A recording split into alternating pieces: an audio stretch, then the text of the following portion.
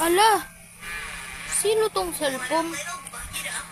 Parang puso to ah. Cellphone nga ako. Magiging pa ako ng mga Barbie. Tininini.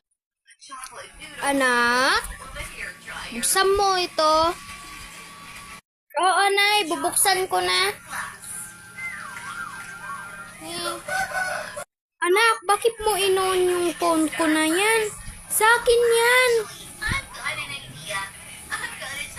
Sa akin ang phone na to.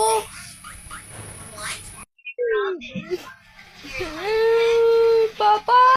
Anak, huwag ka maingay. Ano yon?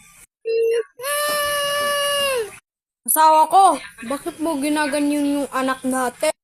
Ay, wala asawa ko. Kasi maingay kasi siya eh. Asawa ko, huwag ka magsinungaling sa akin. Ito na yung gusto mo. Tinatawag ko na yung mga pulis para maaresto ka.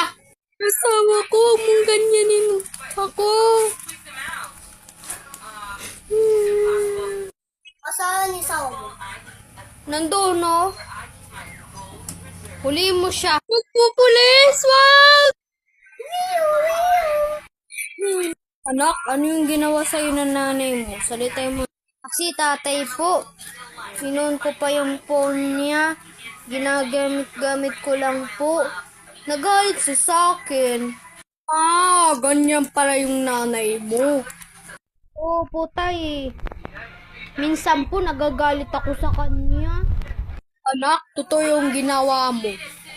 Salamat, tay. Tay, yung birthday ko po, tay. Mag-celebrate ba tayo? Siyempre naman, anak. Mag-celebrate tayo. Yay! Tay, sasama ko na po yung kaibigan ko, tay.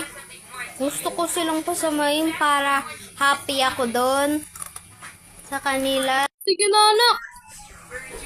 Pasasamay mo na yung mga kaibigan mo. Tay, doon tayo sa mga malamig na lugar.